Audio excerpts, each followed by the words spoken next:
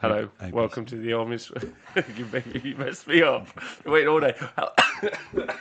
Hello, welcome to the honest-wargamer. I'm your host, Rob. It's Monday night, and I'm here with Mr. Nathan Prescott. Hey, Hello. Nathan, how you doing? You look like a particularly elegant egg today. Oh, look at that. I can hear myself on here. Oh my god. Oh my god.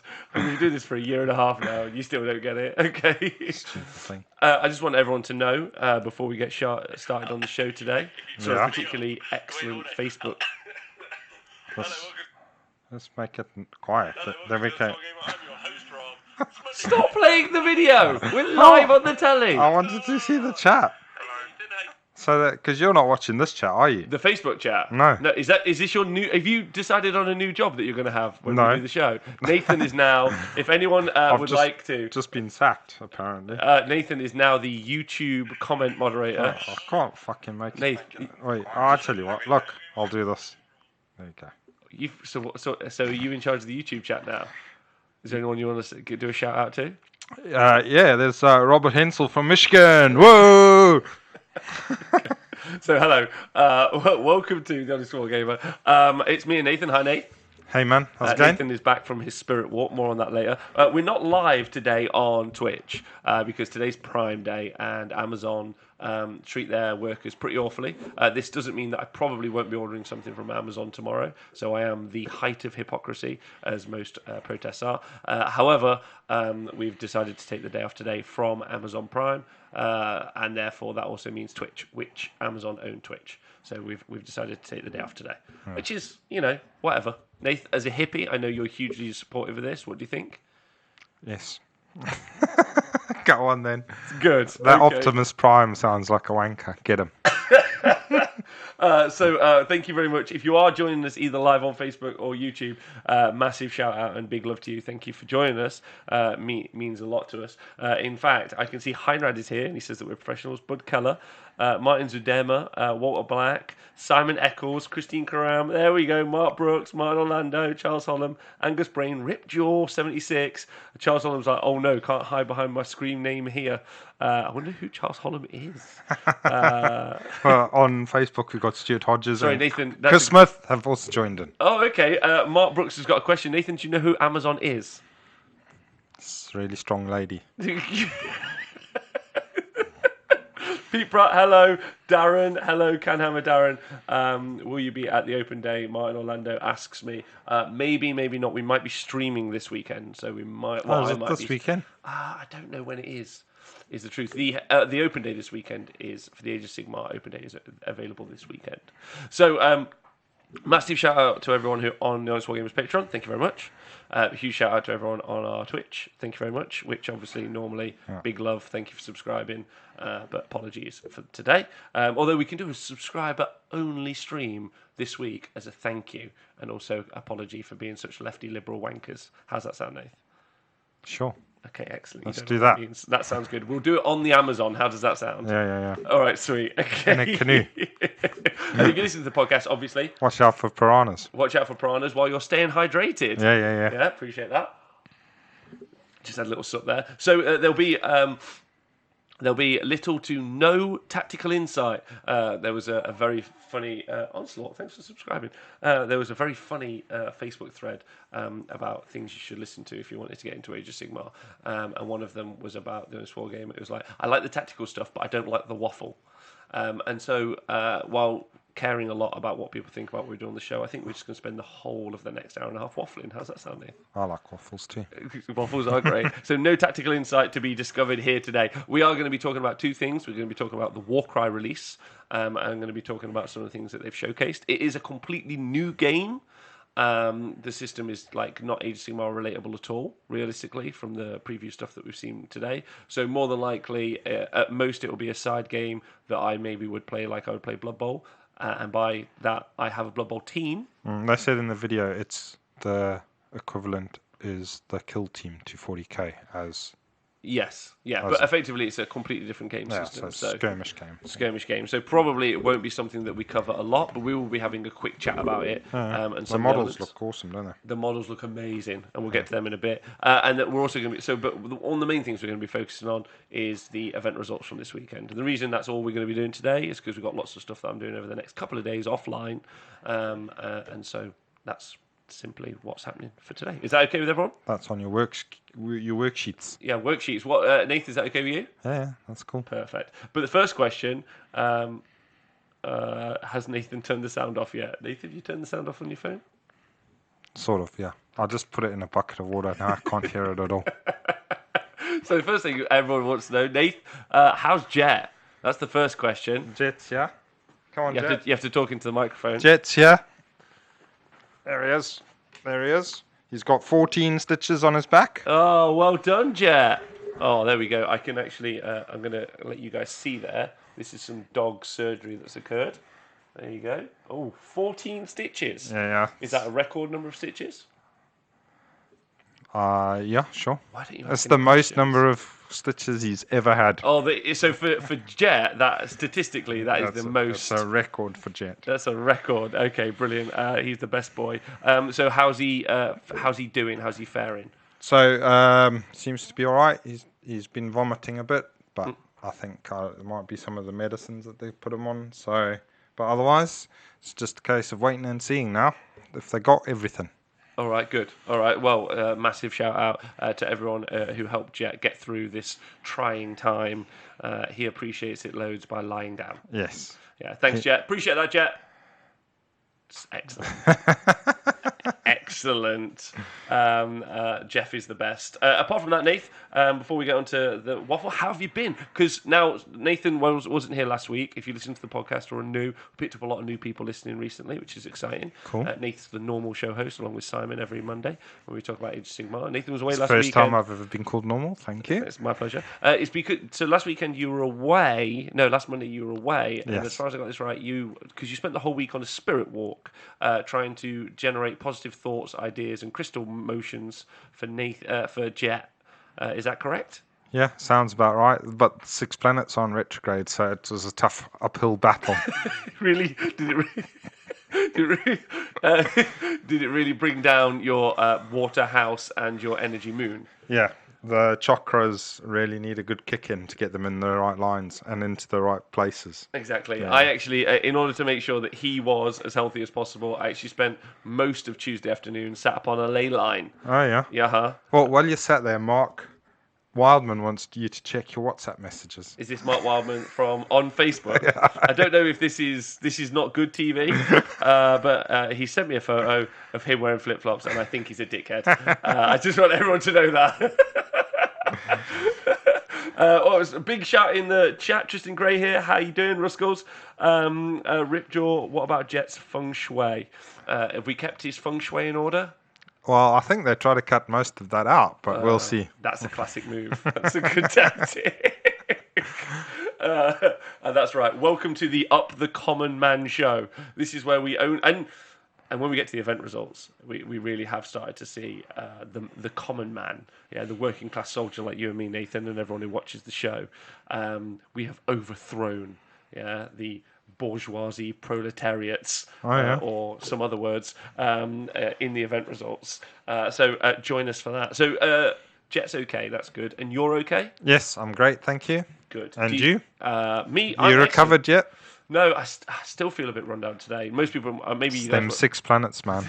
6 planets in retrograde. I've had a flu for a couple of weeks, and I've really been struggling. Actually, I think I overworked a General's Handbook release. Then the FAQ emotionally hit me in the gut, and then it didn't have any effect. Don't worry about it. Right. So no, yeah. I'm all Hello right. to Keith Baggett and Emma Scrivens. On Facebook. On Facebook? Yeah. Okay, I love you having the Facebook job. This is great.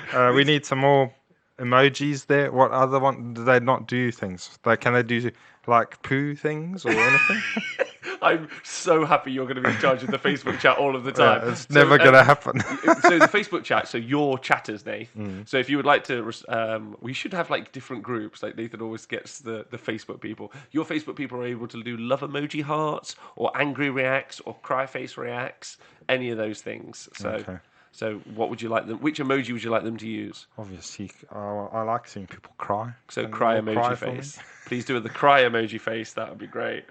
What's up? How's Jet? He is doing better. Thanks for asking. John Craig, hello. He is the people champ. And Christine Crum, Mercury is in retrograde along with 5 other planets. Right, let's move on. So Nathan and Twitch chatters and just everyone in the world, Facebook chatters for Nath. Have you guys played any Warhammer this week? Nath, have you played any Warhammer this week? Yes, I did. I played against Speckles. He brought the Blisterkin. The Blisterkin Flesh-Eater Courts. Yes. And how did that go for you? How was it? What did you play? So he wanted to see what the new Iron Jaws did, so I just used the Bloodtooths against him. Mm-hmm. He had quite a bit of mystical terrain on his side, so he's getting extra saves. It's sort of on top of his already saves. Saved him against my Alpha Strike a bit. So I didn't have the Alpha Strike that I wanted. Didn't go off quite according to plan, but still managed to win by I think 1 point. And I had 1 model left, and he had 2 models left at the end of 5 turns. Really? Yeah. Okay, that's fun. One of his models was a big fuck off dragon, but still. Terror guys, technically. Yeah. Okay. Terror guys. But that was. Yeah. Yeah, did you feel like you could compete? Did you think the Iron Jaws could compete against the Flesh Eater Courts? Well, yeah, I think they were pretty. The Iron Jaws were in the driving seat most of the game. Okay. It was towards the end of the game that he managed to start pulling it back, and then it became a bit dicey. But yeah. Do you think that's because of his like wounds attrition? Like if you can't one shot some of those characters, they are just gonna absolutely just take a name, aren't they? Yeah, if you can't one-shot them, they're still quite choppy, but they didn't. He still wasn't able to kill. He attacked 20 Yard Boys with the Ghoul King on Terrorgeist, and because it's the Blisterkin one, not the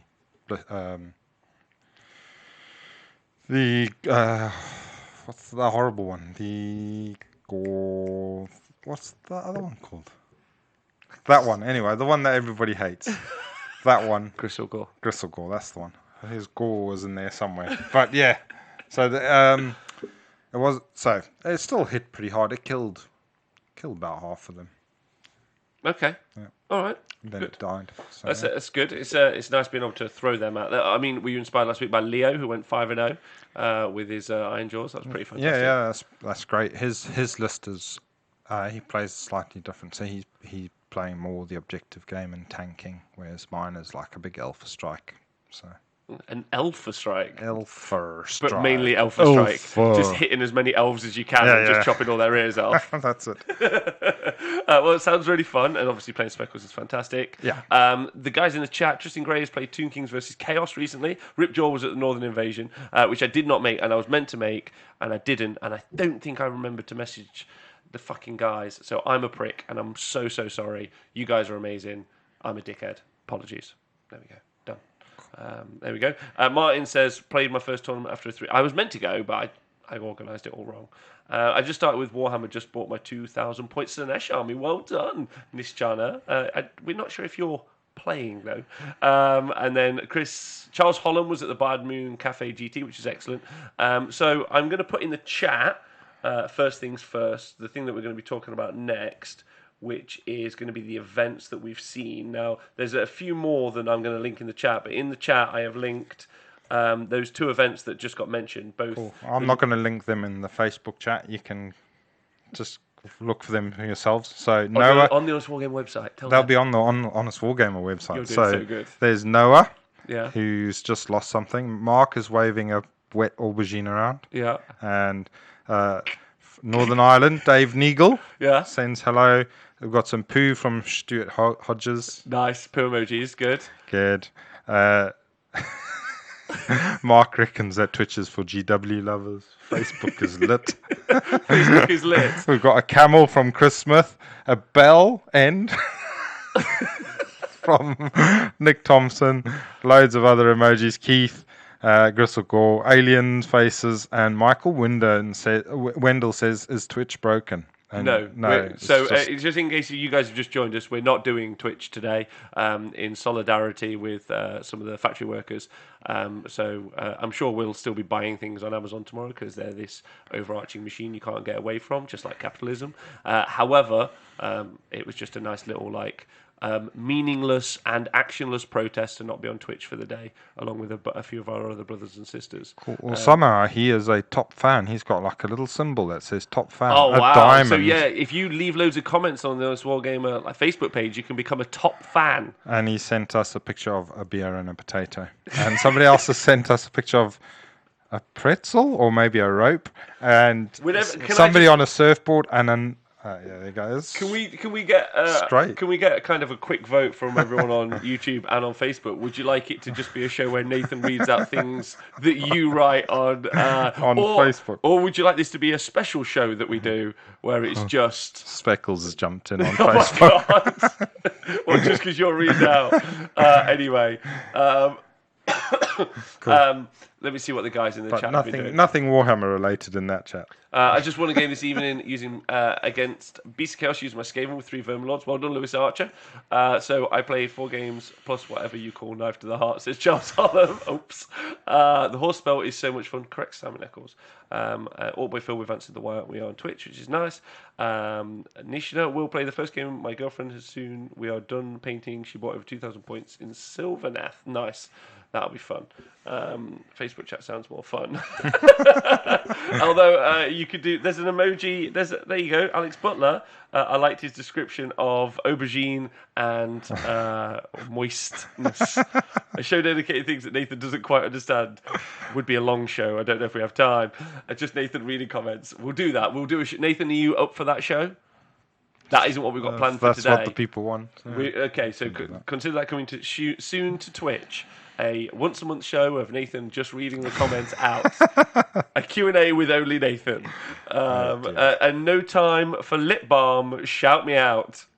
Fine. Right, so I put in the link in the chat, right? And you guys can have a look at it or go back again. That shows you the top 3 placings at the Bad Moon Cafe, which was called the Rage of Sigmar event.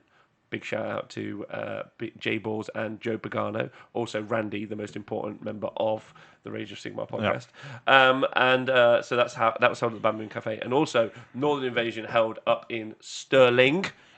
Run by those guys. So you guys should check that out. You can see the placings. So that's the first thing we're going to cover today, if that's okay with you. Yeah. Cool. Yeah. So the Rage of Sigmar event at the Bad Moon Cafe in London was won by Daniil Osudin. Daniil. Osudin, yes, with his Disciples of Tzeentch, the inspiration for Change Host pre this edition of GHB, which got me so excited, and then a whole bunch of people talking about Tzeentch got us all excited. And I'm going to read the list out, if that's cool with you. Yeah. So congratulations, Daniil. His allegiance is Tzeentch, and he's from Heesh. He's got Lord of Change with the Marker of the Conjurer, and his Lore of the Change is Tzeentch's Firestorm. He's got Blue Scribes, with trees of Tzeentch, Herald of Tzeentch with Staff of Change, and the Luminary Rod, and Lord of Change, the Bolt of Tzeentch. Then 3 units of 10 pink horrors, and 3 units of Brimstone horrors. He's got the Change Host, then he's got the Aether Void Pendulum, Belwyn Vortex, Cogs, Geminids of Ulguish, Prismatic Palisades, Purple Sun of Sheesh, Soul Snare, Shackles, Suffocating Grive Tide, and Umbral Spell Portal. Which is like a lot of endless spells. Now, Pete Pratt put up a really good question up on Twitter. So massive shout out to Neil. Congratulations. Yeah. Well done. The issue, not the issue. What was I trying to say? The thing on Twitter. Yes, put up a good question. He said, and something to be aware of with Tzeentch armies and a lot of other armies doing so well with endless spells. No, I'm doing actual information as opposed to just pure waffle. Okay. Rubbish. He put up a good question. He's like, should there be a cap on the number of spells you can see on the board? Now, I like the endless spell mechanic. Pete said he also did too. Yeah. So I just want to double down that he wasn't just being just reactionary. Like he's a big fan. In fact, it doesn't matter if he's a fan or not. He could fucking hate it. Either way, the point's the same. He was like, is it quite unengaging to have so many put on the board, because a lot of the endless spells that we talk about, and if you go back and listen to the Tzeentch faction reaction that me and Mick did, we talked about the fact that a lot of the spells are being used to cock block the board, because if you don't have enough unbinds, like in your Iron Jaws army, Nathan, when you played on Saturday, how many unbinds did you have in your army? You got 2. 2. Yeah. So if 7 spells go on the board, like, you're going to get rid of 2 of them. So there's another 5 blocking your way. Yeah. So it's something to be conscious of in your list building, that it may be, you might just have to add a couple of wizards. The overarching question on whether or not having so many spells is unengaging is a good one. You got any thoughts? Yeah, I mean, it's it can be a fear that I have as well, because I've played in the spell lists, with 7 spells in right from the beginning, and I think I'm reducing the number of spells now, because I do think sometimes your opponent doesn't enjoy it so much. I don't know. I mean, so when you're putting them out in your hero phase, their amount of reaction is probably not as much, but then the fun comes in at the end of the turn when you both get a turn to play with them. I think that there is a fun mechanic there, realistically. Yeah. But and we've talked about this a fucking lot on the show. So sorry to beat the drum if you've been listening the whole while. But we said this at the start. Like, when did we put that bloody? We before the Gits book came out, didn't we put the endless spell Gits list together? Yeah. Many bad moons ago. Yeah. Nice, thanks, well done. 10 points for me. And that's why you've reduced them down. The point, and that was before the Gits book even came out. So that was using the Moon Clan. Slowly using the Moon Clan, because their wizards were. And the Fungoid Cave Shaman. Yeah. So we've talked about that a while. The thing to be conscious of is, if you haven't used Ender spells, use them, to get used to them. If not, in your good top tier list, just to get used to the idea. Because if it comes to that phase where there's 4 or 5 Ender spells on the board and you don't know what to do, you're hampering yourself realistically. So something to be conscious of. Nathan, you've got a Facebook comment? Oh, I've got so many. The screen just went crazy with loads of hearts and laughing faces and everything just swarming around. Oh, wow. Crazy. What technology do you think that is? Zuckerberg technology? No, it's Simon Nichols being a twat.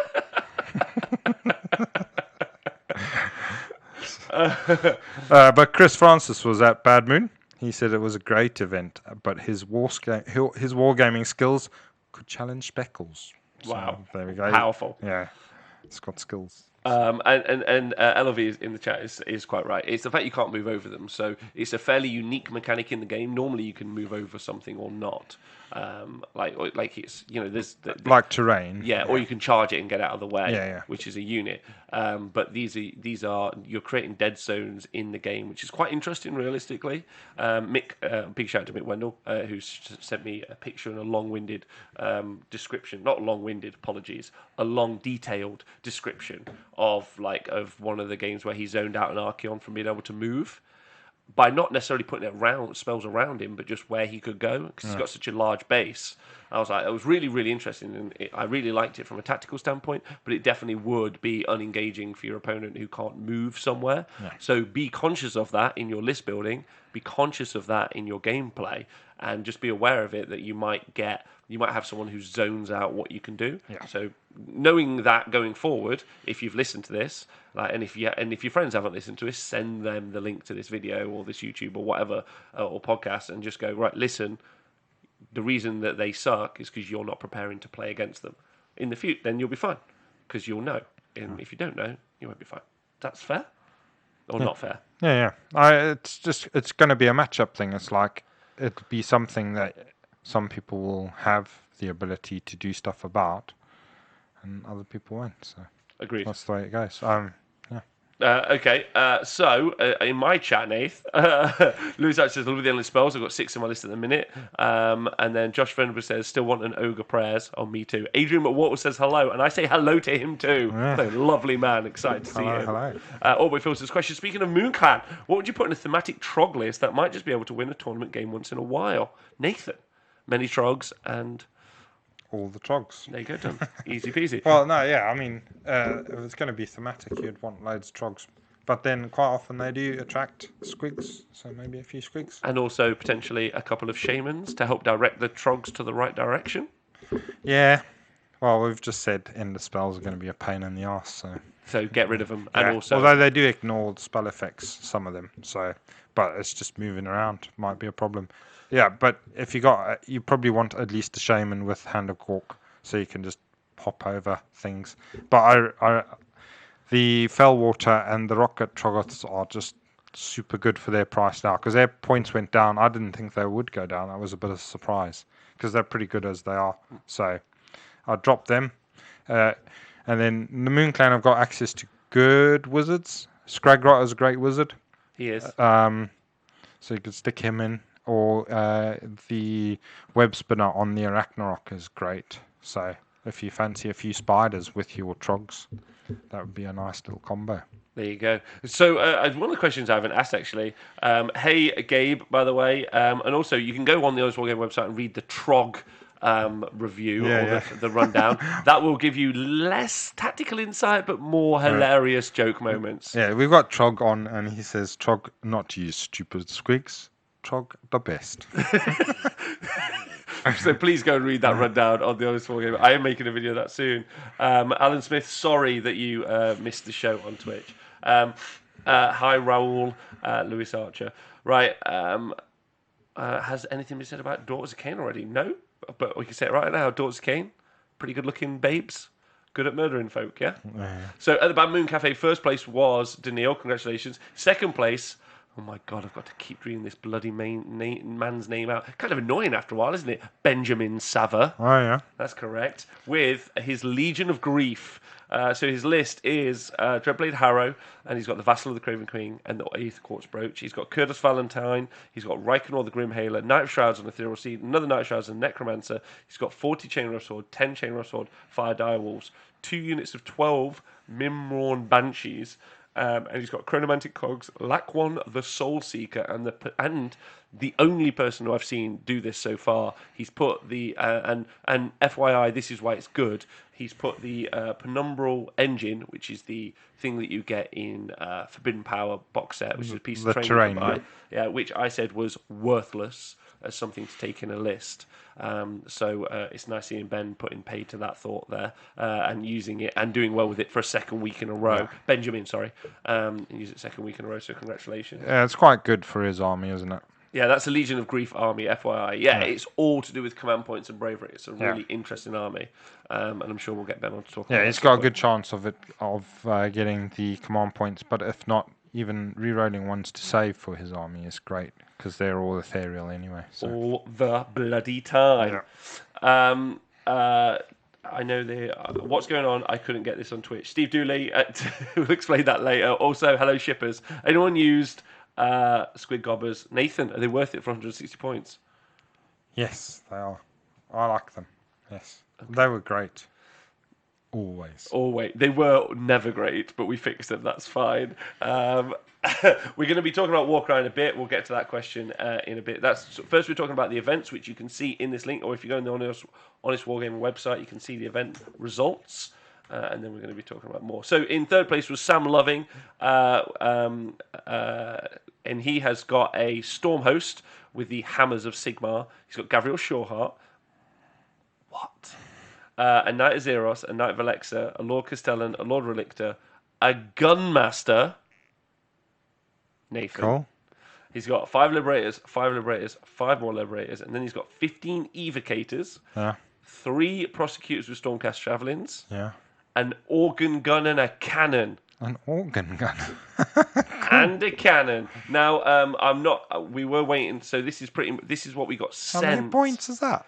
We got sent that list, and not directly from Samba, so that could be wrong. And if it is wrong, we will update it when we get the actual list.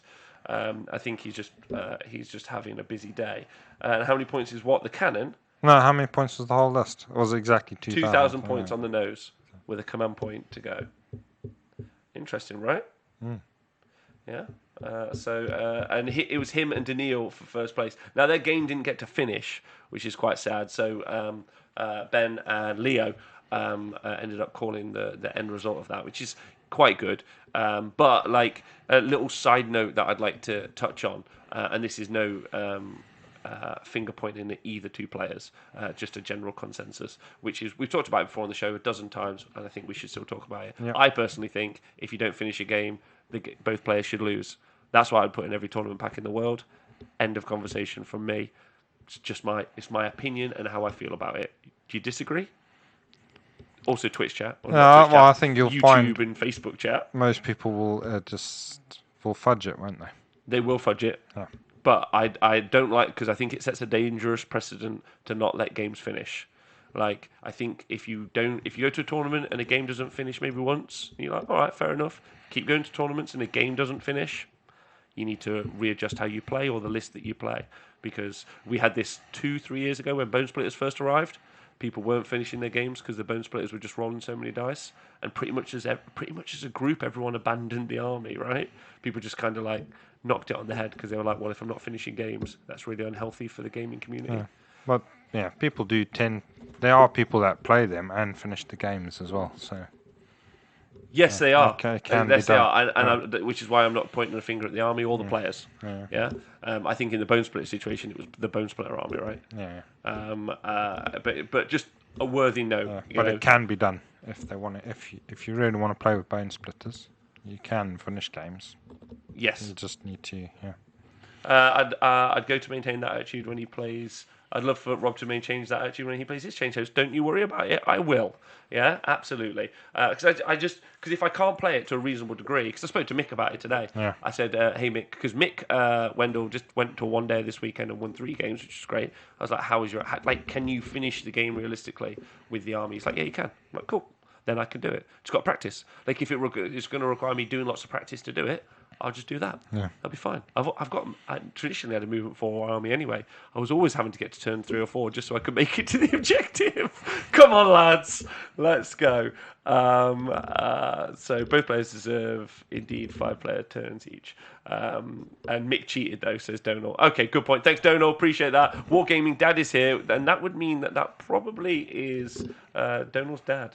Big shout out. Before we get on to the next one, talking about the Northern Invasion GT, I'd like to bring up 2 things, 2 bits of news. Number 1, I had a very exciting day in the week, and I want to say shout out to Donal and Mick for helping me with this. We set up the LAC1 the Group Seeker WhatsApp chat. Oh yeah. Where we invited people in to who were requesting safe travel to other WhatsApp groups. It was the funniest waste of 5 hours of the time when I was DJing and both mine, Mick's and Donal's next day of productive work. Yeah. But it was very funny role-playing and bringing some role-play to Age of Sigmar where we were just like, oh, hey, we would just be like, welcome, fair traveller. Which group do you seek? And they'd be like, oh, wise LAC1. I wish to journey to the Gloomspite Kids chat. And then we would send them. But then if they got cheeky or rude, we would just eject them. Also, we would then give them a riddle.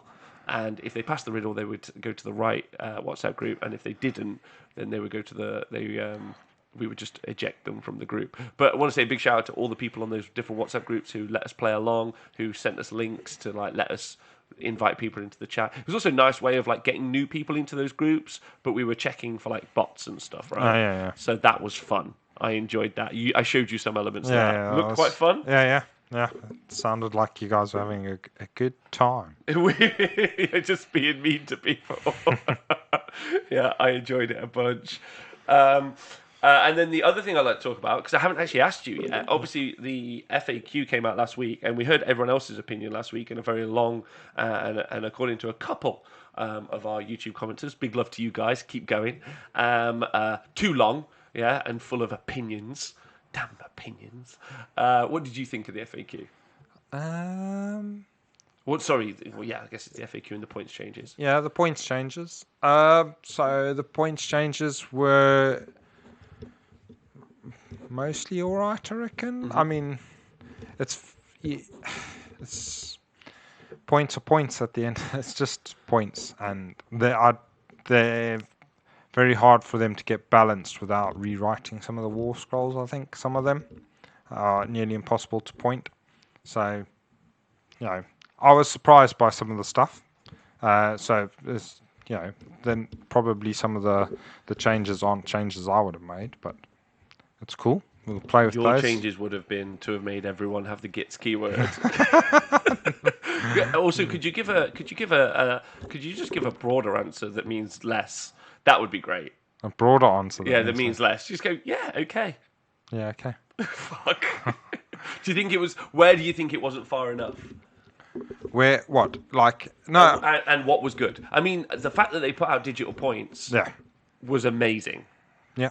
So that's good. So I mean, obviously, it did look like the points changes were based on a few months ago rather than right there and then.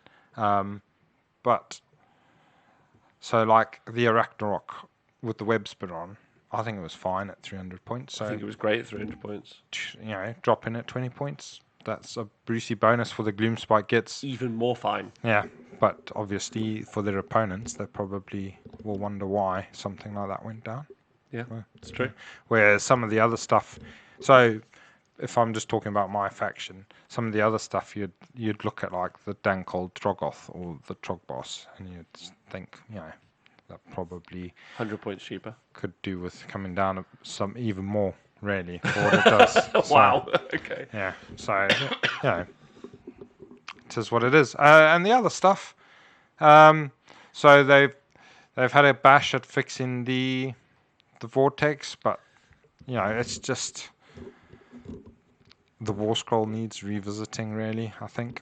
Yes, yeah. I played against some Plague Monks at the weekend, all of Friday, in fact, actually, and it's just it's not time consuming. It's time consuming when they say, right, you've got these saves at this that do this, and these saves that do this that's this. Yeah. These saves that do this and it's this, and you're like, and it's a nightmare for them to track, and it's a nightmare for you to track on saves as well. Yeah. It's just slow. It's just a slow War Scroll, and unfortunately, it's also in a very good War Scroll. I'm sure there are examples probably of some slow War Scrolls, but they just don't get played, so it's not an issue. Yeah. But Plague Monks, even at the points they are probably one of the best purchases you can get as a melee unit if you take it in combination with things like Death Frenzy. Yeah. So overall, it's again. Interactivity pretty low on the factor there. Yeah, some of the stuff just needs the War Scrolls looking at, and which is a pity because some of them are new War Scrolls, but the FAQs are not likely to change War Scrolls that much. No. They might change distances, which they did on the Vortex. So, it's a big try, but I don't think it's enough. Okay, good. Oh, no, and a positive step to a try to, right? Yeah. I mean, after the FAQ, they have sorted some stuff out, and it's cool. And there's other stuff that needs sorting out, but there's always stuff that needs sorting out. So let's get on with them and play them and have fun. Let's definitely have fun. That's my key element. All right, so that was your feelings about the FAQ. Very nice. That's a nice review. I'm going to go for. Is it? It's cool. Elegant. Yeah. Oh, yeah. That's me. I'm not too fussed. Yeah, it was me. That's what I was aiming for. Yeah, but in a nice way. Right. In Northern Invasion GT, Sterling. Yes. In first place was Lee Martin. Congratulations, Lee Martin. Big praise. Big gold badge there on the honest-wargamer website with the Heat Knights. So Smash already won an event last week as well. So smashing it up. He's got the Invaders host. Do you know what? I forgot. We read out the other list, but I didn't really talk about how they work. That's probably what we should have done. Okay. That's the point of this. It's not just meant to read them out. So Invaders host, and he's got Textraxer the Capricious, Bladebringer. So they all had names at the Northern Invasion. Yeah. Bladebringer Herald of Sinesh on Exotic Chariot. And he's got Glory Hog, the Law of Sinesh, the Born of Damnation, the Contorted Epitome, which is fantastic, by the way. And I think I'm going to put an ally in my Tzeentch army.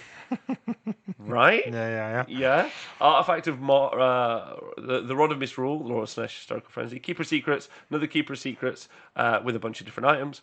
One of them being Ignaxi Scales, which is quite cool. And the Thermal Rider Cloak, a flying Keeper of Secrets. 3 units of 5 Hell's Riders with Claw Spears, 5 Seekers, a Seeker Cavalcade, the Supreme Cyberites, and the Prismatic Palisades. So we started off with 2 command points, 1990. So what do you think of that? It's nice and different to some of the Sinesh lists we've seen. Double Keepers, not that different. Yeah, there's 2 battalions in there as well, so which I don't think you often see, but yeah. Slaanesh are great, so...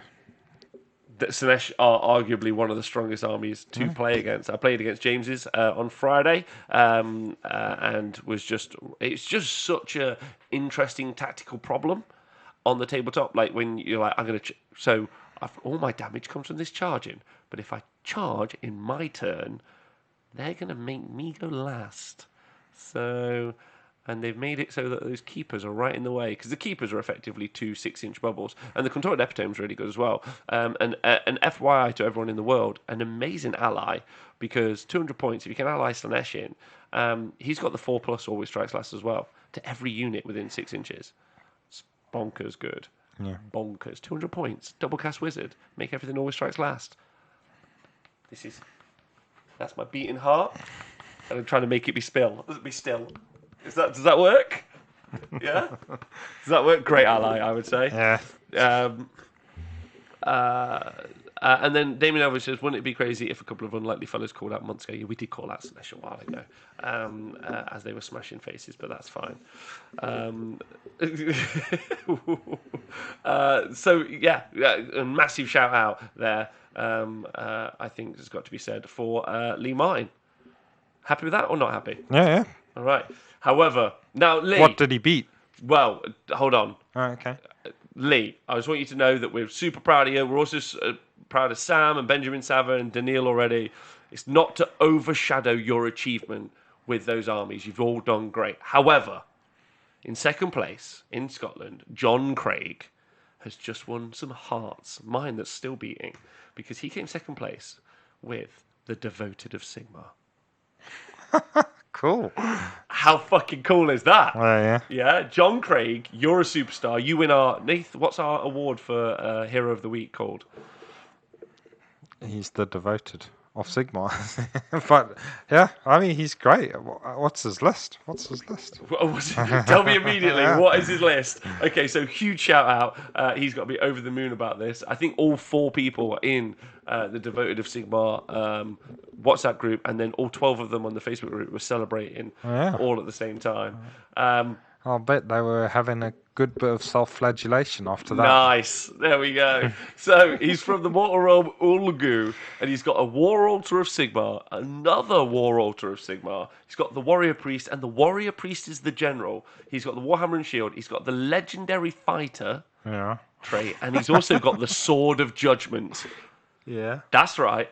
The Warrior Priest, another Warrior Priest, another Warrior Priest, and a Knight Incanter. Then he's got 3 lots of 40 Flagellants. He's got 5 Evocators. He's got the Dias Arcanum, and which is the Stormcast spell, which is another hot pick that no one ever takes, and the Malevolent Maelstrom. 2,000 points on the nose of pure win. How do you feel about that? Skill. I don't even know what half that stuff does. Yeah. Great. Yeah. So the Warrior Priest gets +2 to hit against some heroes or monsters, I think. So that'll make the Sword Judgment work on 6s. On 4s, yeah. On 4s. Yeah, normally 6s, +2 will make it 4s. And the Flagellants are just like these huge bombs that get sent forward. Like, imagine Plague Monks, but humans that whip themselves. Yeah, don't they kill themselves of stuff? Yeah. So not quite like Plague Monks. And then Donald says, I heard that Simon, so this is Simon Froley, who plays Devoted Sigmar down in London, says he's hitting himself because he did not come second at Bad Moon this weekend. First name win percentage is a thing. So how amazing is that? Come on. That's mental, yeah. That's great. I'm going to go and look what the War Altars do now. Should we read them out? Yeah. All right, let's do that, because that's exciting. That's longer than I thought we'd be. But so, I just want to say massive congratulations. And it would be excellent to get to interview him, but I'm almost certain you'll be able to listen to the Northern Invasion podcast, and I'm sure that they'll be doing some things on it sometime soon. But if not, it would be excellent to have him do a faction reaction about those, right? Yeah. Wait, is it not even in here? Come on, app. The War Altar of Sigmar. So it's got a banishment, light banishment, D3 shots, 3s to hit, and it starts out at 2s to wound, rend 1 doing damage 3. Yeah. The holy light that emanates from the golden. What's the range of that? 20 inches, and he moves 10 inches, so 30 inches effective in the first turn. That's pretty good. Yeah. The holy light that emanates from the golden griffin is in and anathema. I hate that word. To the followers of the Dark Gods, when you make a light management attack against a Chaos unit, double any wounds it suffers. The Holy Light is especially dangerous to Chaos demons, who cannot abide its searing touch. Furthermore, attacks against these are at Rend 2 instead of Rend 1. So if you're shooting at... A Keeper of Secrets is doing 6 damage at Rend 2. 6, yes, and you're doing it with D3 shots. And they're 250 points. So he's got 2 D3 shots at 30 inches that kill a Keeper of Secrets every 2 shots that go through their save. Pretty cool. Yeah, always strikes last, this motherfucker. Yeah. So, and Mark Brooks has made a good point. Nathan, how do you feel about such blatant chaos racism? Sure. Even more racist. You've got the racist swords, and then you've got the racist battle carts. Racist carts, yeah. The racist carts. They're the worst. Yeah, that's right. Hey, Darren Watson, as Jane Corrine says, this is a racist laser. You also give a 6-up save, a Sigmar save to everything within 15 inches. So 6-up DPR, which is pretty cool. You don't need to take battle shock tests for units within 10 inches, so obviously that's going to be really useful for the flagellants. Once per battle, the devotional horn can be blown in a battle shock phase. When it's blown, all enemy units within 10 inches of the war rider must subtract 1 from their bravery, which is interesting. And you've also got some battle prayers on the battle priests. Soulfire, roll a dice for each enemy unit within 3 inches of the unit you picked on a form where it takes a mortal wound. Righteous Fury, until the next hero phase, you can reroll failed hit rolls for the unit in the combat phase. And then Holy Fervor, until your next hero phase, you can add 1 to the unit's run, charge rolls, and hit rolls in the combat phase, which is very interesting. So I'm pretty certain you could plus 1 to hit and reroll hits. Could be very good on the flagellants. Yeah. How many points are those things? 250 points.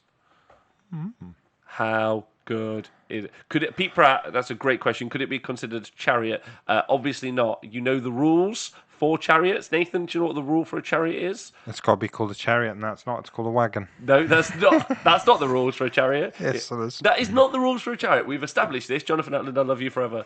The rules for a chariot are, at least according to the Honest Wargamer, are it has to have 2 wheels, a chariot, and be pulled by something. Which is why the best chariot in all of Age of Sigmar is the corpse cart. That's science. Scourge Runner chariot. Pardon me? The Scourge Runner chariot. It's got 1 wheel. It's great. It's the not best a chariot. Do you know what's also not? The flame... Like, none of them. The Sinesh chariot's got, like, 15 wheels. It's a monster truck. It's not a chariot. Just because Games Workshop don't know what a chariot is. Why does this upset you so much? Not upset. You seem upset. That's right, the corpse can't matter. Listen, overall, though, just John Craig, I think he has won Age of Sigmar this week. Yeah, with them war altars. So, I think you can't do better than coming... there's one place you can come better than second place. And again, I challenge anyone to do so, but that's blown my mind. Nathan, I think we should maybe throw the gauntlet down to anyone else who would like to take a crappy faction. Because if you'd have asked me yesterday if that was possible, I'd have said no. Yeah. Not at all. So do you want to pick a faction? You and me both pick a faction that it's everyone's job this year to make us look foolish. Pick a faction that can't get in the top 3 at an event. Come on. What you got? Scourge Privateers. Scourge Privateers. That's your throwdown. Mine's Tamra Khan's Horde. Yeah? That's what I'm saying. There's no one is ever going to get in the top 3 with Tamra Khan's Horde. Statement. And you saying Scourge Privateers? Yeah. Why? Because they're elves? They're cool. They're quite cool models. As elves go, they're not bad. And they've got Charybdis. Which are rubbish. Which are fun. They're rubbish.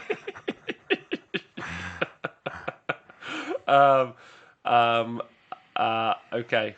And then the black coach is officially a chariot. How many wheels does it have? It's got 4. No, that's a coach then. It's a coach if it's got 4 wheels. That's how coaches work. Name me a coach with 2 wheels. Can't. Magro. What? Magro. AOS coach has got 2 wheels. Nope. All right, and then in third place at this event, which sounded fantastic, was John Bayliss with the Blades of Corn, which is really cool. And he's got the Bloodsecrator with Unfettered, and then he's got the Skull Shard Mantle And then he's got a Bloodthirster of Unfettered Fury with the Crimson Crown, a Bloodthirster of Incessant Rage with the Amber Glaive, a Scarbrand as well. Scarbrand doing the work again. Slaughter Priest. And then he has got 5 Blood Warriors, another Slaughter Priest, 5 Blood Warriors, 20 Blood Reavers, 10 Blood Reavers, and he's got Gaul Pilgrims and the Tyrant of Blood, and he's also took the Hex Gorgeous Skulls. That's pretty fantastic. Yeah, that's sweet. What's nice about those 6 individual results is that 6 different factions doing well at an event, right? Yeah. That's pretty cool. So overall, have you got a favourite of those 3? Those 6? You got any thoughts? Well, I mean, the guy that's done it with the Devoted of Sigma was great. That Stormcast list was quite cool as well, I thought. Pardon me? The Devoted list, obviously, that's awesome that somebody's kicked ass with that. But the Stormcast list was quite good. Yeah, Is that because it has some dwarves in it? Yeah. An organ gun is unusual. Yeah, an organ gun. All right, so big shout out to all you guys. Both of those events seem fantastic. I'm really looking forward to seeing more events. I know for a fact that Northern Invasion is going to be happening next year, and Bad Moon's going to be doing more events soon. However, more happened this weekend as well, Nathan. This is why it's so exciting, right? There's just events everywhere. So let me tell you what's happened. Yeah. So after that, They had one in Australia, didn't they? they did. Oh, that's the one I don't know about. You motherfucker. Why the fuck would you bring it up? In North Tokyo, yeah, Oh, yeah. they had an event. Yes. Now, I don't know if it was a 1-day or a 2-day, but I just wanted to do a shout out. You can follow @NotAOS on Twitter. And in first place, Fire Slayers. And then second place was Legion of Sacrament. Third was Khorne. And they got the coolest army. That army. No, wait, sorry, not the coolest army. The coolest army was a Nurgle force. But I just want to shout out our North Tokyo brothers, because while people are battling it out in London and also battling it out in Scotland, in North Tokyo there was an event happening as well, which is also true in Northern Ireland. There was a 1-day event. Special mention to Dave Kane, who came first with Kharadron Overlords. Now, it was only a 1-dayer, but Kharadron Overlords just being about there, it's pretty cool. Yeah. And then in America... So, Ireland, America, I'm just fucking blowing your mind. In America, there was 2 events. There was the American Team Championships with only 6 teams. However, it was won by Grand Alliance Alcohol with our very favourite Honest Wargamer correspondents over in America, the Rage of Sigmar guys. Yeah. Which is very exciting. I think they got all best in factions and best general, and also best painted, and the whole kit and caboodle. They won all the prizes. They won all the prizes. Oh no, I think the because the way it worked is because they came first, the best in factions went to the runner-ups. Goes to the runner-ups. However, congratulations to Big Jables, who also swallowed a Malign Portents dice, which we don't encourage or support in any way, shape, or form. Also, well done, but don't do that. And then in Houston, there was Warzone Houston. I have no results, and I don't know. I think there was also an event in Australia, because I saw that Gemma from the Failed Charge went to an event as well, but I don't know what it was or where it was. Yeah, I'm pretty sure those lads were all playing Warhammers down there. They was playing. So that's a fuck ton of Age of Sigmar all across the world, right? Yeah. That's pretty cool. Oh, wait, there was also one. Sorry, I missed it. Bloody hell. Stuck into... There was also a team event. I don't think I read it out in... Fuck. Did I write it down? There was also a team event in... No. It's one of the... Oh, fuck. I've not written it down. In one of the, Baltic states. Oh, okay. Yeah. It was like Poland or like Switzerland or Poland. Thanks, AOS Shorts. And you can find almost all this information out from Dan on AOS Shorts. Follow his Twitter account @AOS Shorts. Please do. He's a fucking legend. Please do that forever. And it was in Poland. Appreciate those. Hello, Adam Hughes. And also it was SmorgonCon 2 this weekend as well. There we go. Yeah, that was another event. But no one really likes those guys anyway. The Dwellers Below guys, they're fucking gross. I do like them. A lot. But mainly Randy, the main show host. Yeah. Yeah, he's the number host. one. Number one Dwellers, number one Rage of Sigmar bro. Yeah, he's the Polish team champ apparently. It was the Polish team champs. Thank you, Dan from AOS Shorts, you gorgeous man. So Polish team champs was this weekend. Yeah, it'll be interesting to see how they found all the new scenarios and stuff. I believe. So some of the stuff like the American Team Championships was under the last edition of the game. Okay. Just like the ETC when that comes out in a few weeks is under the last edition of the game. Boosts. Hashtag. Yeah, but I mean they didn't know, right? That's probably, and that would be really nice if Games Workshop had some sort of like communication with event organisers or something. But maybe that tips their hat too much, like towards releases. Who bloody knows? Like it's anyway. But never mind. But cool news, right? Yeah. So Yeah, because I think they need some FAQs on some of the scenarios. Apparently, they do what? Sorry. They need FAQs on some of the scenarios. I've heard already. So like duality of death. Yes. Yeah. Yeah. There's also, I'm pretty certain that this is right, but the Runax Team Championships is sold out. So this is an Australian Team Championships event, and they sold out pretty instantaneously. Yeah, they sold out instantaneously, and then he's expanded it, and I think it's sold out again on the new, bigger. #classic.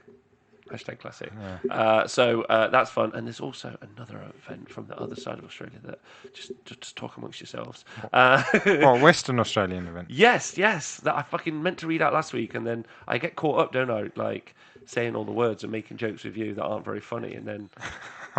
Has anyone got any questions for Nathan on Facebook? Please ask him. I hate going through my Facebook messages because it's just a list of people who I haven't replied to yet, and I'm a prick, and I'm so sorry. Yeah, because Western Australia is quite remote.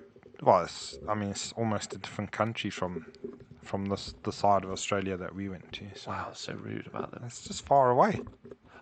So in Inaloo, Western Australia, on the 28th of July, there's a 2,000 point match play event. And then there's it's called Bone Storm, following on from last year's successful, well-attended Bone Storm. And 30 people are going. There you Cool. go. That's my shout out. That smashed it. That's cool. Yeah. What's the crack with duality, Nath? What's the crack? So the crack is that it says if the unit or the model is destroyed or moves away from the objective, then it loses control. But so that doesn't allow for if you teleport away from the objective. So you could teleport away and still keep control of the objective. Sweet. If you follow the words as written, but I'm sure most people will tell you to fuck off. And then also, if it's a unit, because you can have units now. So if a unit tags it, and then you take casualties from the 3-inch thing, apparently then you can also, because you've not actually moved away, but then if you make any type of move, then you would lose it. Well, that's cool though. It's nice it's been highlighted at one event, because now just a TO and a TO worth their salt anywhere in the world. If anybody tried that anyway on the table, you just call a rules judge over and he'd tell you to stop being a dick. And, yeah. So it's not an issue. It's not the way it's intended to play, obviously. It might be written that way, but if you're going to try and play it that way, then sweet. That's wrong. That's what we're all doing. We're all calling the TO over, and the TO is going to say no. No. Excellent. Good. I like that. That's nice. It's so easy. This game is such an easy game to play because someone goes, that's shitty, and then we just all go, nah, let's not do it. That's like fucking great. Potatoes. Right, okay. So appreciate that loads.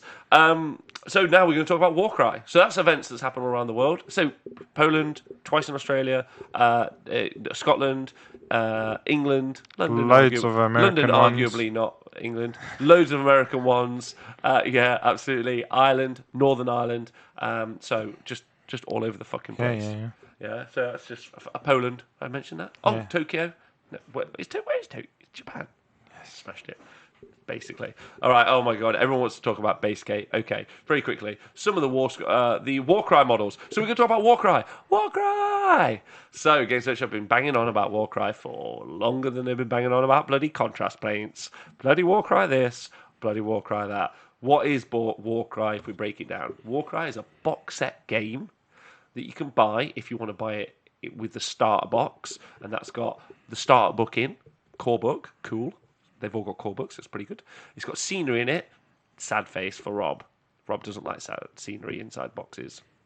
He wants to buy it separate. if he wants to buy it at Oh, all. okay. Yeah. It's also got to... Oh, I've got my bloody notes. Nathan, have you heard anything about Warcry? And they first announced at LVO. What have been your thoughts over this ongoing Yeah, well, period? they've just said it's like Kill Team, but I've not played Kill Team. I don't know what Kill Team is even, really. And It's how got that... lasers. It's got lasers. That's probably why I didn't play it. But so how Kill Team compares to It's not the same. It's not the same. 40k?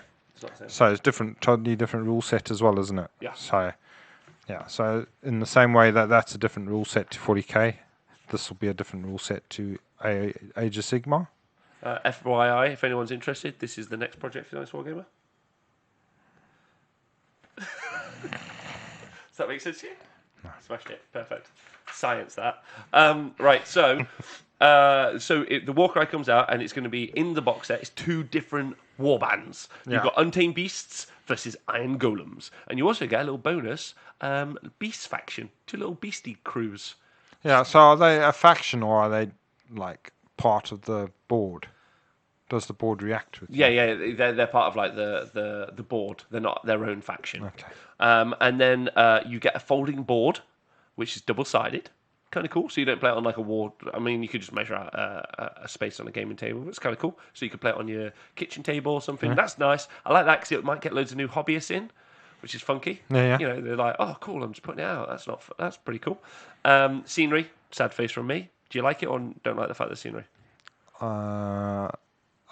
Scenery's cool. Yeah, I'm in. I like scenery. Yeah, good. All right. So there you go. 2 different opinions. And so it's going to cost £100 in the UK, 100 English pounds for that starter box. There is match play. There's also campaign, and it's like a skirmish game. Yeah. So they say that all of the warbands that they previewed are pretty much 1,000 points, which is what you play the game at. Okay. Just like all those games of meet and engagements that you'll never play. And then I'm being dick, and I want to never play it. So so there's match play, they said, and narrative play, which is probably what it's there for. It looks really cool. And also on release day, you're also going to be able to buy the Cypher Lords, which are the new like Japanese style deepkin ones. Have you seen those guys? Yeah, they look sweet. Yeah, what do you guys think of that? What do you guys think of which is your favourite faction? Please, YouTube chat and also Facebook chat for Nathan. Nathan, which is your favourite faction? I like the bird dudes, the crow. I like the bird dudes. Yeah, crow ninjas. Are we coming up with our own names for the warbands? I don't know what their real name is. Okay, so what about the ones who are all like metally and look like they'd be up for a fight, and they've got armor? The first one we saw. It's got a Chaos Dwarf in. Where the fuck have you been? Those lads. Yeah, what do you want to call them? I don't know. Rusty fellas. Rusty fellas. Sweet potatoes. And then what about the guys that look like they're from Gur, but they're chaos, and they look like that they're the 3D renders of the Blood Warriors, but they've just been given different kits. Oh, so they look like the Expendables. Call them the Expendables. The Expendables. Perfect. And then you've got bird ninjas. Yeah. Yeah. And what about the most recent ones that we've seen? Oh, those things. They look like they're going to try hard, so I just call them tryhards. The tryhards? They look like they're going to try hard. All right, and what about the ones that have got nets and they look like fish people? Why are you making me think of stupid Because names? it's so much fun, and someone's going to be sat home painting going, fuck, this is great. Yeah, and there's someone else who's going to be like, I really want tactical insights, and it's going to frustrate them, and I'm winning twice here. Yeah.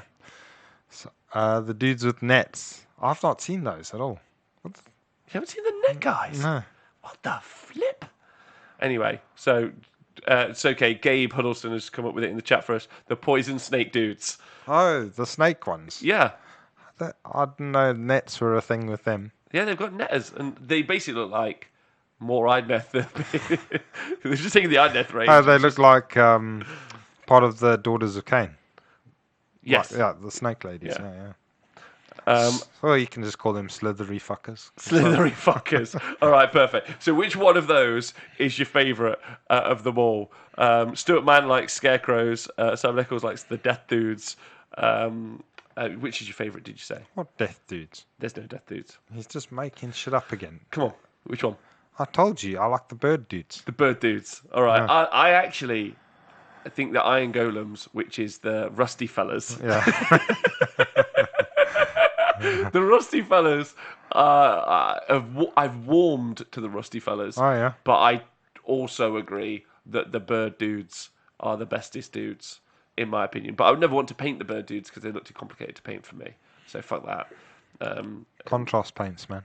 Do you work for Games Workshop now, Nathan? Yeah. Oh my god. Right, so there's match play, which is cool. There's obviously going to be narrative play. You play about 1,000 points.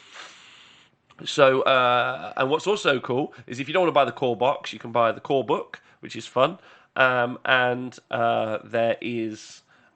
there are some card packs because you need cards to play because it doesn't use any of the Age of Sigmar War Scrolls. So card packs you can buy, and you can buy them for some of the factions that aren't already that aren't any of the new ones. So the Rusty Dudes, Bird Fellas, Tryhards, any of those guys. And you can get card packs for Stormcast Eternals, Daughters of Cain, Adneth Deepkin, Nighthorn, Ironjaws, Gloomspike Gits. Exciting for you, Nathan. Legions of Nagash, Flesh Eater Courts, and Bone Splitters. Cool. Which is fun. Tristan Gray says the solo campaign system sounds awesome. That's probably fair because most people don't know that Tristan lives in a log cabin halfway up a mountain, but weirdly with a basketball cut into it, which people come and visit once a week. That's where he hangs out in Canada. That's his home. He lives in a basketball. No, he doesn't live in a basketball. No, he lives in a log cabin on the side of a mountain with a basketball court attached to the side It's of got it. a basketball court. Yeah. Cool. Yeah, did you know that? No, I didn't know that. Okay. That's So the amazing. concept of playing on his own is probably he likes the idea of playing with himself. He likes to play with himself. That's what Nice. he likes. On the side of the mountain in his basketball. Correct. Hoop. Yeah. Nice. Nice. Okay, and he's just confirming that in the chat for me, which is excellent. Good. So it's cool that those other factions can play. So you don't even so you can just buy the cards, and you probably would still need the core book if you want to get into it. Yeah, you need the rules, wouldn't you? Really. More than likely. So that's interesting. But I've got more to tell you. Oh yeah. And we'll talk about that afterwards. Overall, I think the models are excellent. Yeah. FYI, apart from scenery, never liked scenery, don't care about it at all. So, unboxed. So there's some cool things to talk about. There's the reversible table and the scenery, which does look nice, FYI. It's just I don't like to have to buy it along with what I'm doing, right? Yeah. I like it. So just buy the cards then. Yeah. And use some tin cans for scenery. You're thinking it Sweet. through. Rusty. Or people's prosthetics. For them rusty fellas. Or people's prosthetics. Yeah, for the rusty fellas. Some rusty tin cans, right. So they've got like battle plan cards, so a bit like open war cards, so you can like do your own thing. It does look really, really fun. Like, because it looks like it's like a whole new game. Well, so they hopped on about how it was like Kill Team. So how's Kill Team worked out with 40k? People players? enjoy it, like absolutely. But again, like if you're into 40k, Yeah. it's not like while all these models like are very obviously Age of Sigmar orientated, it would be the same as saying to someone like, hey, Blood Bowl's got some orcs in it, let's play Blood Bowl. And I can't take all of the skills and knowledge that I have from Age of Sigmar and go and play Blood Bowl. So it's a very different game. And while it's really exciting that it's going to be released, don't get me wrong, I'm excited. The thing to be aware of, it's a whole different game, which means it has all the challenges that starting a brand new game will always have. Like even the difference between Age of Sigmar and 40k, where the rule sets are so identical realistically, can still be fairly challenging for people, especially if it's just your hobby. Yeah. So it's great that they're bringing out more stuff. I'm super about it, but it's a brand new game, so I more than likely won't be playing it because there's too much for me to be doing with Age of Sigmar and 40k. But I probably will get the models if they're usable in Age of Sigmar. Yeah. So Kill Team has got its own sets of models. Are they usable in 40k? Yes. Yeah. So they have their own data sheets or whatever. They have war scrolls basically. Yeah. Do they? Yeah. Okay. But I can tell you what's inside this. So there is, and this is really important. There's, they've got their own cards. Yeah. And this, I'm gonna fucking hate reading this out, but this is really exciting. Fighter cards, meanwhile, let you track the rules for the warriors in your warband at a glance. Exciting. For convenience, oh no. For convenience, these use symbols known as rune marks instead of words. Sweet. After a few games, you'll find knowing what these mean becomes second nature. We'll be looking at a few fighter cards throughout the week. The key shows what the different symbols mean. Why does that bother me, Nathan? Can't imagine why. Why would that bother you? Picture's worth 1,000 words. No, it's not. This is because of the constant round me and Nathan have about the scenery dice in Age of Sigmar, where I think the ones with the words on are far superior to the ones with the pictures on. And then Nathan thinks that the ones with the pictures on somehow are easier to read than the one with the bloody word. Yes. How does that make sense? A book isn't full of pictures. Yes, it is. Some of them are. No, this is not. They're great. No. Pictures are always better, says Alan Smith. Yeah, we need some stickers with words on them now. Thank you so much, Thurston. We're going to just redesign that entire UI just with a sticker that you put on the front of your card. Loads of stickers. Oh, wow. Okay, so Games Workshop and you think pictures are better than words, Nath. You're on Games Workshop side in this situation. How do you feel about that? Fabulous. I feel great. Okay. So this is very, very, very terrible. And also, they're not that simple. I mean, they are fairly simple to look at. Like, you look at it and you think, oh, I can work that out, I guess. I have read it through once and I'm like, oh, okay. But only because underneath the symbols are the words and what they mean. Well, another interesting thing about them is they have the points printed on them. They also have the wounds characteristics quite high, 15. On this one dude or lady, I think it's a lady person, and also they've got a strength and toughness value, so vastly different, really, to Age of Sigmar, which I guess is interesting. There are loads of tokens, which is fine. They've also, and this is absolutely brilliant, they've reboxed the Garden of Moor. You know, the scenery kit that they did before. They've reboxed it, and it's now called the Ravaged Lands Corpse Rack Mausoleum. And they've just taken the Garden of Moor and they've put loads of snow on it, which doesn't come in the box. Like, it's just, you know, the Garden of Moor box. Scenery. Imagine you take that picture and just put loads of snowflock on it, and they're like, brand new scenery kit. I mean, they haven't said it's a brand new scenery kit. They have said that it's reboxed, but very funny in my opinion. So there you go. Oh, what? And that's for use with Warcry. Yes, for you. Well, yeah. I mean, they're going to release more apparently, so expect more Games Workshop kits released with snow atop it. Cool. It's cold in the land of Warcry. It is. Can we get stickers finally for the GHB? Finally, we suggested it last week. Like, calm down. Oh, like, sure. Games which feel they don't have to pay for picture translation. I mean, that's a good point. Maybe having pictures is fairly useful for them because they can change what the words mean. But they would have to do that somewhere else. It's the Sigmarite Mausoleum. Sorry, not the Garden of Moor. Was the Garden of Moor before it was the Sigmarite Mausoleum? Was it the Garden of Moor? Was it the Garden of Moor, then the Sigmarite Mausoleum, and then it's now this new thing? Fucking hell. Hayward says it's convenience for us, so we don't have to print these in different languages. Yeah, and also it's if you take it to Germany, then the symbol means the same thing. Yes, that's true. Like, so you can play it internationally. So a German fellow can come from across the world and play against you. Smiley face. Fuck you. Yeah. 2 axes, you're dead. Yeah. Oh, okay. That's fantastic. What about the other words that you're going to have to say to the other person facing off against you? Like... That's fine. Learn German. Learn German. I hope they don't follow the kill team and lot rules behind buying scenery and box sets. I'm pretty certain they will. To be honest, Rob, games which use symbols and rules instead of words, it will be harder for them to write vague and ambiguous rules. Touche. All right. So, with the concept, so that's everything to talk about with Warcry. Obviously, models are great, but I mean, they often are from Games Workshop. I don't think they've missed a beat. Often making loads of nice models. So it kind of is like the thing that you like surreptitiously always have to add at the end of a sentence. You know, like the Turtle Friday Deacon, you like fantastic model. You have to kind of like prefix it. Fantastic shit on the tabletop, like fucking woeful. Anyway, the problem with the Identity is there's loads of things in there that try and do the same thing, but then there's just one unit that does it better than all the rest. Okay. So if they did the other things to do different things, then maybe it would be better. Charles Holland's got a lovely point. It means they only have to translate the core rules. The cards can be the same. FY actually is illegal to use the inch symbol in Japan. Instead, they use the move value or MV. Thank you so much, Charles Holland. That's pretty cool to know. Also, oh my god, I want to know what base gate is. Okay, base gate is that the models, or some of the models, come on 28mm bases.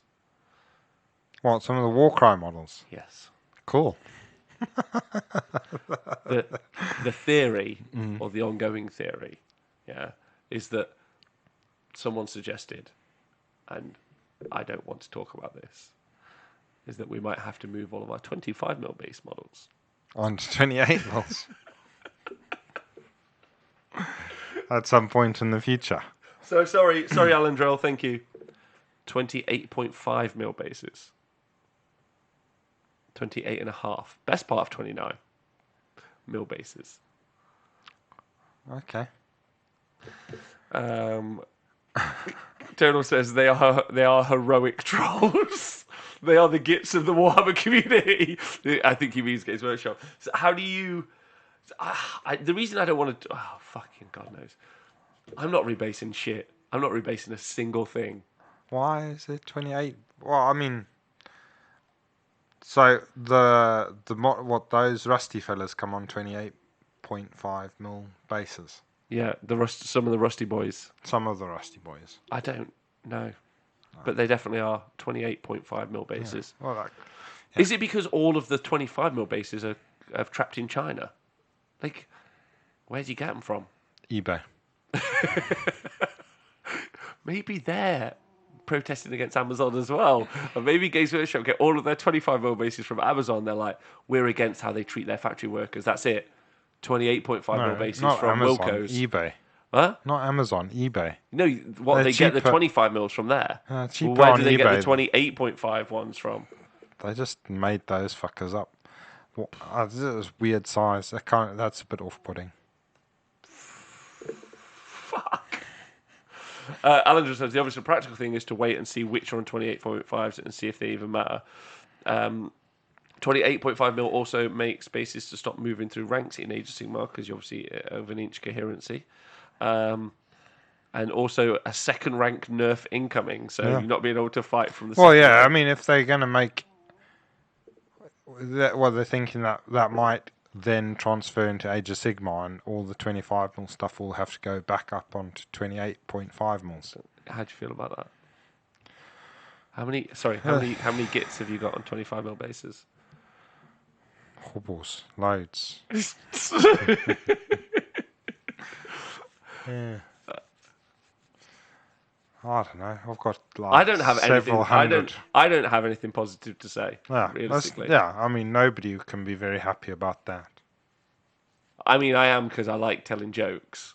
That makes me laugh. Yeah. I just want to patently. I just want to say, if Games Workshop want me to rebase my 25mm models onto 28.5mm models, I fucking hate you.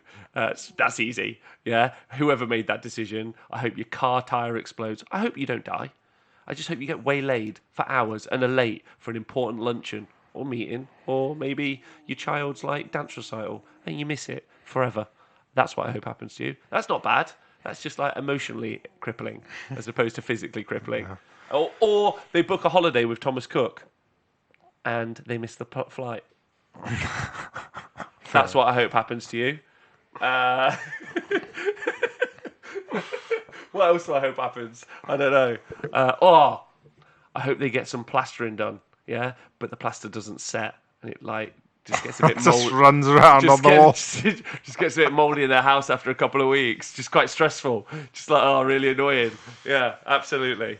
Political correctness strikes again. 25 to 28 bases. Political what?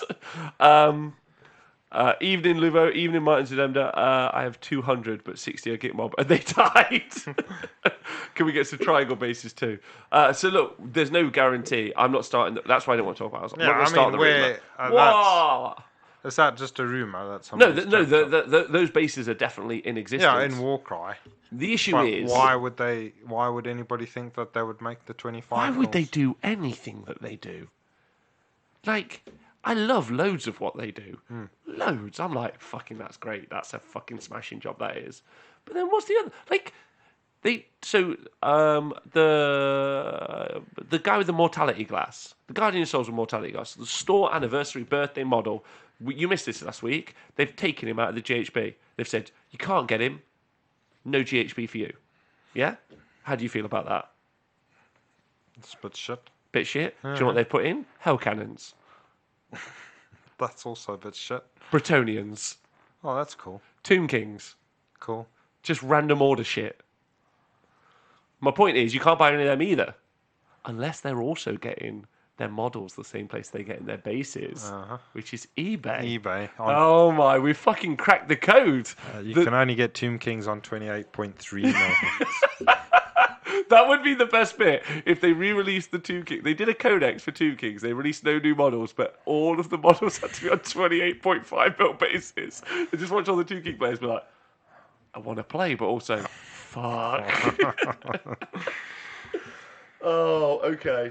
I hope they're in customs the day Brexit goes through, says Alex Butler, keeping it. Nazgul says hello from ROI. I hope they step in the puddle with their socks on. Yeah, good. That's a good one. I doubt anything existing is going to go to 28.5. Alan Drell, we've all been in dark times. It's because their mates play 2 gigs. James Powell, leave Brett's alone. Now you're teasing us. So, anyway, that's everything. So overall, what do you think about Warcry? Like as a release? Like obviously we've not played it. It looks cool. What do you think? So far, looks okay. Like, is it something as a product that you're interested in getting? I'll wait and see. If all my mates start to play it, then yeah, I'll get some cards and jump in on it. But I've got enough to do with playing Age of Sigmar. Speckles, are you playing it? We can pretty much answer this question for you real soon, right? Because I'm not. So there you go. Jet's unlikely to do it. So there He's still poorly. Yeah, he's waiting for his new 28.3 form base. Water Black says, I'm 100% getting it for the scenery. Twitch chat, not Twitch chat. Bloody hell, it's so hard to get that out of your head. YouTube chat and also Nathan's Facebook chat. Let us know if you are planning to get it. I'm very excited by the models, but mainly because I'd like to use the Bird Boys for Chaos Marauders, but probably financially. Oh, by the way, the Zephyr Lords, Cypher Lords, which are the tryhard guys, the new Ninja Idneth ones, a box of them in the UK is going to be £30. So, like, if you wanted to try and like make Marauders out of all the different units and stuff, it'd probably be a very expensive kind of kit bash, or even just kind of like a replacement. But that said, Marauder models are pretty ugly. Definitely, if you've got the resources and the time to get involved, then looks cool. Okay. Yeah. So it's a yes from you or a no from you? What am I getting it? Yeah. Not at the start, so no. No. But Same. I am going to keep an eye on it, and maybe. So. That's a good point. Damien Elvidge says, question, when you get them from Marauders, Rob, which bases will we put them on? Oh, fuckity. It's just bamboozled my brain. Yeah. Now I don't know what to do. I would like. Obviously, like, you've got the cards there for the Bone Splitters and the Gloomspite, Iron Jaws, Nighthaunt, all of that. So they'll just be on their regular size bases doing whatever it is that the cards tell them to do. Yeah. Oh, we'll see what happens. If they make it hard to do, then obviously I'm less likely to do it. Yeah, agreed. Yes, that's a fair point. Yeah, for me, I'm like I am really interested in it, but there's like now I play Warhammer for like a job, right? And we do the commentary and do all the other stuff. So it's like a lot. How many games of Kill Team did you ever play? 3. 0 games actually. I played 0 games because I don't want to play it. Do you know what I mean? Yeah. Like it's so just then you probably won't play because it's like if we talk. No, I won't play this because like the skill sets that are required to play either 40k or AOS are actually quite deep and quite varied and quite vast. System mastery is quite hard. There's a lot of rules bloat in both games. There's a lot to learn and a lot to play. Like, and these games are amazing for hobbyists, for people who are just like, I'm going to play a Sunday evening with my 3 friends, like at the pub or something. That's amazing. And I love that they're making products like this because it means they're going to get like a whole bunch of new people into it all the time, right? Because, get on the hype. Oh, I've seen this new thing. That looks really cool. Because you never want to join a game halfway through, right? Yeah. So, like you're like, I'm going to get into Warcry, and that's a gateway to getting people into Age of Sigmar or into 40k. And I don't want to say those games are proper. I like that they're also exploring other things to do with their models. They're like, right, we make models. Cool. Let's make another game and put the models in that setting. Because, like, in the past, 2 years, we've had, like, Mordheim, 2.5 years. You've got, like, Blood Bowl, Mordheim, Kill Team. Shadespire. Shadespire was cool. I played a few games of it. It was quite good. I went to a tournament as well. You did. You did. I forgot about that. Yeah. So it's exciting that they're doing these new things. It's just maybe I'm just a stick in the mud, but I'm very, very excited about this year about Age of Sigmar. I think the variety in armies is excellent. I think that there's loads to do. There's loads to explore. There's loads of cool combos. There's loads of great tournaments coming up.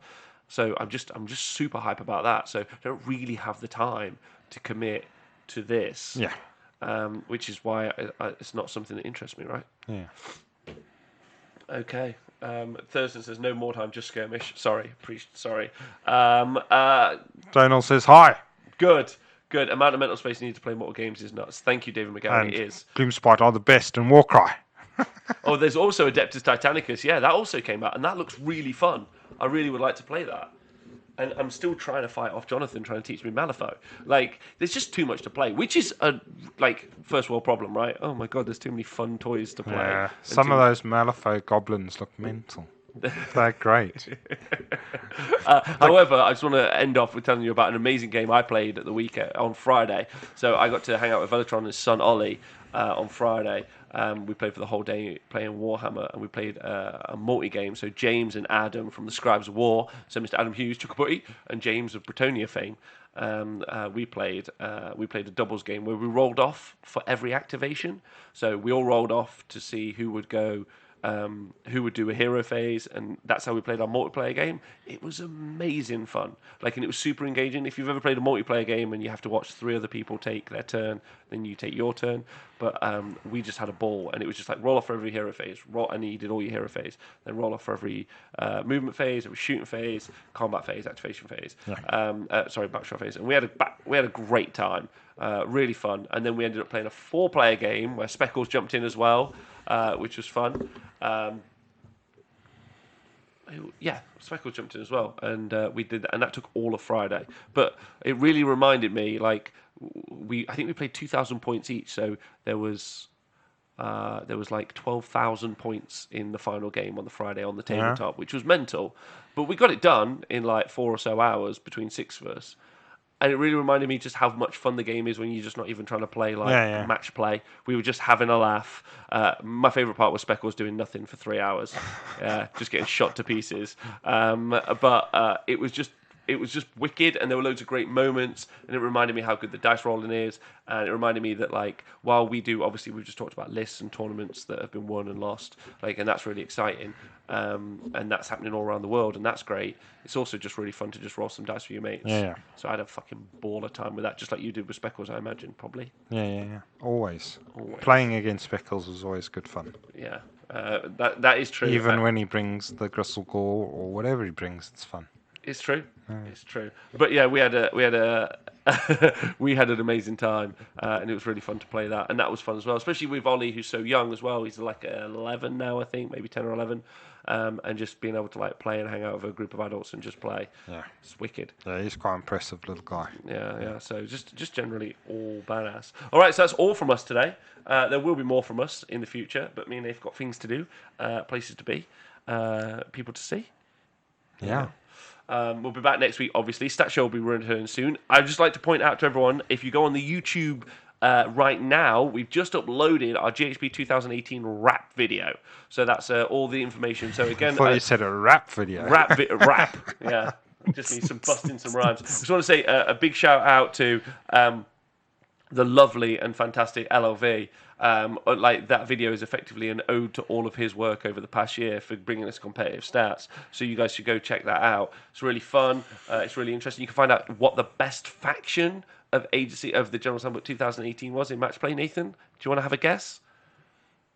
2018 best faction. 2018 best faction. Daughters of Cain. You have to watch the video to find out. Oh, cool. Okay. So I'll include that in the show notes today in the podcast as well. I just want to say thank you to everyone on Patreon. Thank you to everyone who subscribes on Twitch. We'll do a Twitch subscriber show only as an apology for not being on, but also just for Viva la Revolution. Thank you to everyone on YouTube who subscribes or puts like little comments in below. And Facebook, just say goodbye to your Facebook babies. Thanks to the Facebook folk. It's going crazy with little hearts and things now. It's like floating all over the place, popping. There you go. Oh, it's nice. I will see you guys soon. And don't forget, Age of Sigmar, just as deadly as ever. Always, yeah.